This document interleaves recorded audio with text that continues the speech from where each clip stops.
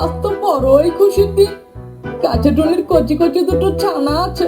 টুনি একবার খাবারে খোঁজে গেলে আমি গাছে ওঠে ছানা দুটোকে টপ করে খেয়ে ফেলবো।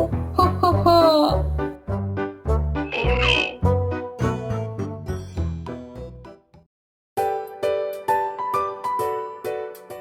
নে মা, খেয়ে নে। আমি এখন আবার খাবার খুঁজতে যাব। খবরদার বলে দিচ্ছি, বাসা থেকে একদম বের হবি না কিন্তু। বনের নিচে দুষ্টু শিয়াল ঘুরে বেড়াচ্ছে তোদের খাবার জন্য। ঠিক আছে মা, আমরা চুক্তি করে বসে থাকবো।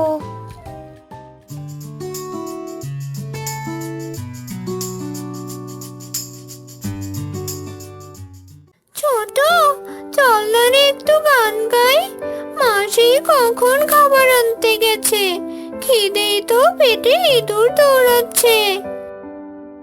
না রে দিদি, গান গাওয়া যাবে না, মা আসলে কিন্তু রাগ করবে। না না, কিচ্ছু হবে না, চল আমরা গান গাই। আমরা দুই ভাই বোন বসে গাছের ডালে, খিদেতে যাই যাই মরে, খাবার নেই গো ঘরে। মা আসবে যখনই, খাবার আনবে তখনই। চি চি চা চা, চি চি চা চা, চি চি চা চা।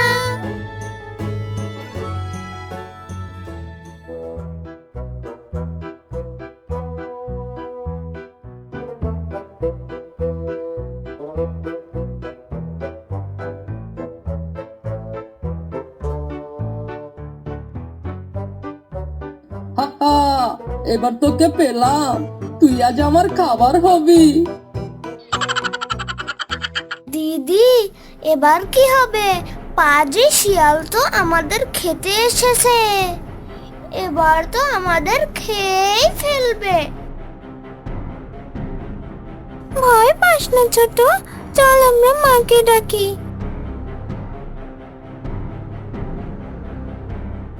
আমরা দুই ভাই বোন গাইছি দেখো গান, শিয়াল মোদের গাছের নিচে, বাঁচাও মাগো প্রাণ।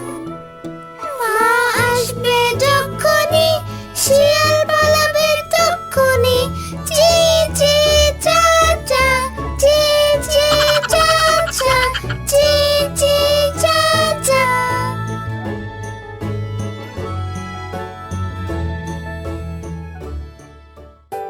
ও মা, শিয়াল মামা, তুমি এখানে কি করছো? ওরে টুনি, আমি তো তোকে আর তোর ছানাদের খেতেই এসেছি। মামা, আমাদের খেয়ে তুমি কি করবে? আমরা তো খুব ছোট্ট ছোট্ট, আমাদের গায়ে কি আর মাংস আছে? তার চেয়ে বরং তুমি এক কাজ করো। কি কাজ? চালাকি করেছিস?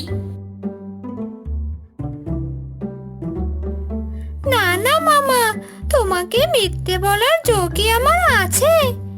ওই যে দূরে একটা বড় মৌচাক দেখছো না, ওটা আসলে মৌচাক না, ওটা হলো জাদুর ঢোল। ওটাতে একটা বাড়ি মারলেই ভেতর থেকে সুস্বাদু জিলাপি বের হয়ে আসবে।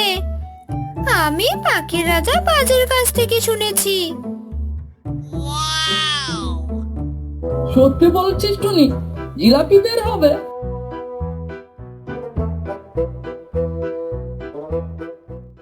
হ্যাঁ মামা, একদম গরম গরম জিলাপি, রসে টইটুম্বুর।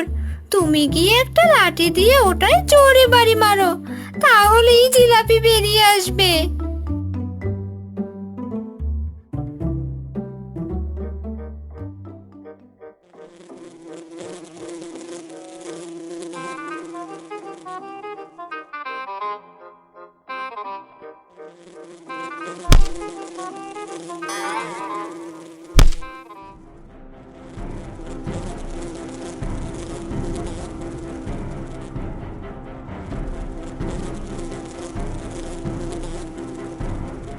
ওরে বাপরে, মরে গেলাম রে টুনি, তুই আমাকে ধোকা দিয়েছিস।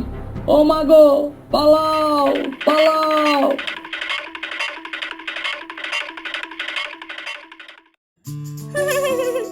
মা, তুমি তো দারুণ বুদ্ধিমান। শিয়াল মামা আর কখনো এদিকে আসবে না।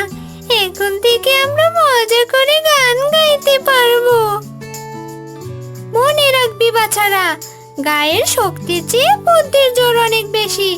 বিপদ দেখলে ভয় না পেয়ে বুদ্ধি কাটাতে হয়। তো বন্ধুরা, আমাদের আজকের গল্প তোমাদের কাছে কেমন লাগলো? ভালো লাগলে লাইক, কমেন্ট আর শেয়ার করবেন। আরো মজার মজার গল্প পেতে অবশ্যই চ্যানেলটি সাবস্ক্রাইব করে আমাদের পাশেই থাকবেন। আল্লাহ হাফেজ।